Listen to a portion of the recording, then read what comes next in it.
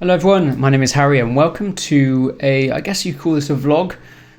Basically what we're going to be doing is, I've had a couple of people say your thumbnails are pretty good. So what I'm going to do is just a little Photoshop tutorial on the thought process that goes on when I'm making my YouTube thumbnails. So let's start from the beginning. So we know that the recommended thumbnail size for a YouTube thumbnail is 1280 by 720 pixels. So we're going to go ahead and go to our Photoshop and we're going to select that as our template here. So after it's loaded up, I've got my source files here, which I just downloaded off the internet, and also I've got a rather dashing picture of myself looking very surprised. You can use game logos and kind of game image files as well. It's under YouTube's fair use policy in a thumbnail, so you're safe to use those, that's fine. What we'll do is we'll start off with this. We'll stretch it to our desired size, which is the size of our thumbnail, which is 1280 by 720. So you can see down there, we've got it. There we go. Okay. Nice. Okay, so we've got a good base right there. Now, what we've got is, I've got my picture here. So we're going to drop that on there as well. But they're competing for space. So what we need to do is our free transform. Now I want to have, sometimes I have my picture on the right, sometimes I have my picture on the left. Sometimes I don't include a picture at all. You don't have to. This is purely just to show the thought process that goes in behind me making thumbnails. Anyway, I want this to look in towards the middle of the thumbnail, not out towards the outside. So what I'm going to do is right click on the actual image when it's in free transform and click flip horizontal. Okay, so I want to move this as close as I can here, around about there I think. And with this, let's put this on top for a second, and I want that maybe about there. Now I want more of the game image than my face, so we're going to make that transparent. And we're just going to move it to, I'd say, about there, but they're competing for space. What do we need to do? We need to cut off the ends of each picture. So there's a little bit of an overlap, maybe that much. So what we'll do is we'll start with the picture of my ugly mug here. So we will, let's just put that back on there a second. So we want, ideally, the cutoff to be around about this one here. Let's hide that. Now we need to draw a straight line. So we'll just scroll up. Don't move the mouse, let the cursor just stay in one position. That's how you know when it's going to be a straight line. And it's just there. Okay, right, now all we need to do is go to the end of this picture and cut off the bits that you don't want here.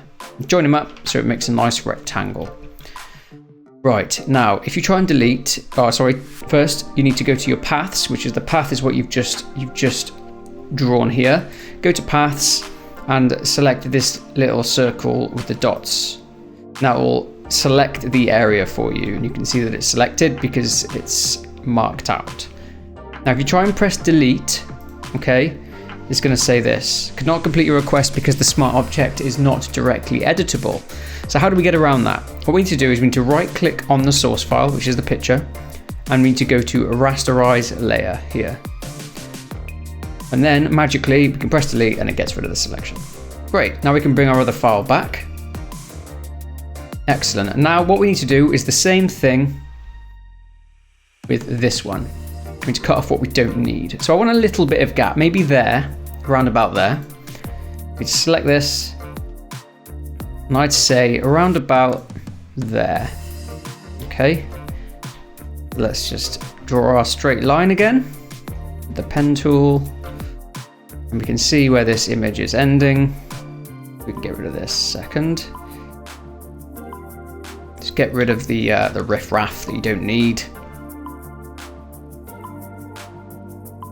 There we are. Okay, cool. So we'll finish the square.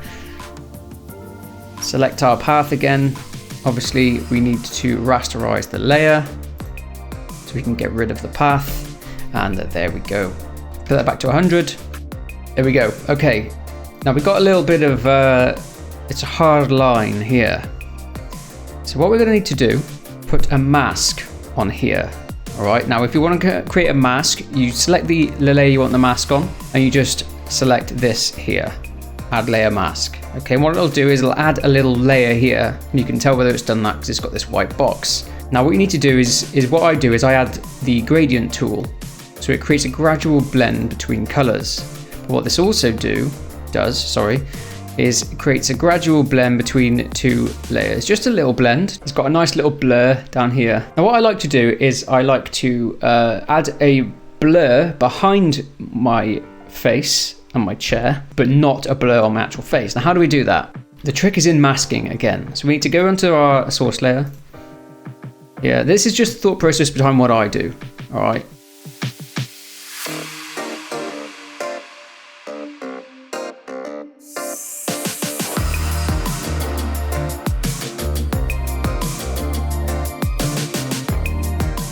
Now it's important to know, guys, that you want to just mask out the area that you want to apply the changes to, not the actual cut yourself out. So I'm a perfectionist, so I do like to do all the areas. So we'll get this this little area too. It doesn't have to be perfect, guys. You know, no one's going to pay too much attention to your thumbnail. But it does need to be eye-catching, and it does need to be good enough to get a good click-through rate, so people are actually clicking on your thumbnail and they see it. So you want it to look a little bit eye-catching. Anyway, so we've got our selections here. Now what we need to do is we need to go to mask again. We'll add this layer back in so you can see what it looks like in comparison. Now, you'll see that our selection is selected there by the dotted lines. With the image source selected, go to Filter, Blur and Gaussian blur. Now what that adds is just a little blur behind you, which takes the emphasis off the stuff that's behind you. And with the same mask selected, what I normally do is I add a hue and saturation adjustment layer. Now what that does is it keeps the same selection mask, and get this, so I click colorize and it changes the color of the background behind me.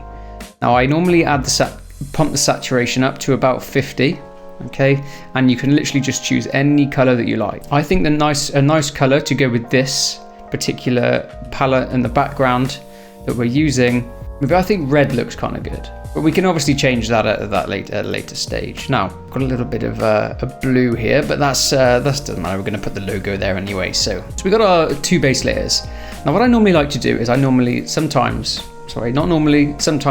as a special treat, I like to add a grunge texture. Now you can go to Google and you can just type in, or Bing, I don't know why I've set it for Bing, Bing's rubbish. Go to Google and type in grunge texture HD and you can get some of these. Now some of them are a little bit too busy for my liking, so I like the more subtle ones. So I've gone for one that will just add a little tiny bit of texture that I can add in front. So you want to put this as a top layer.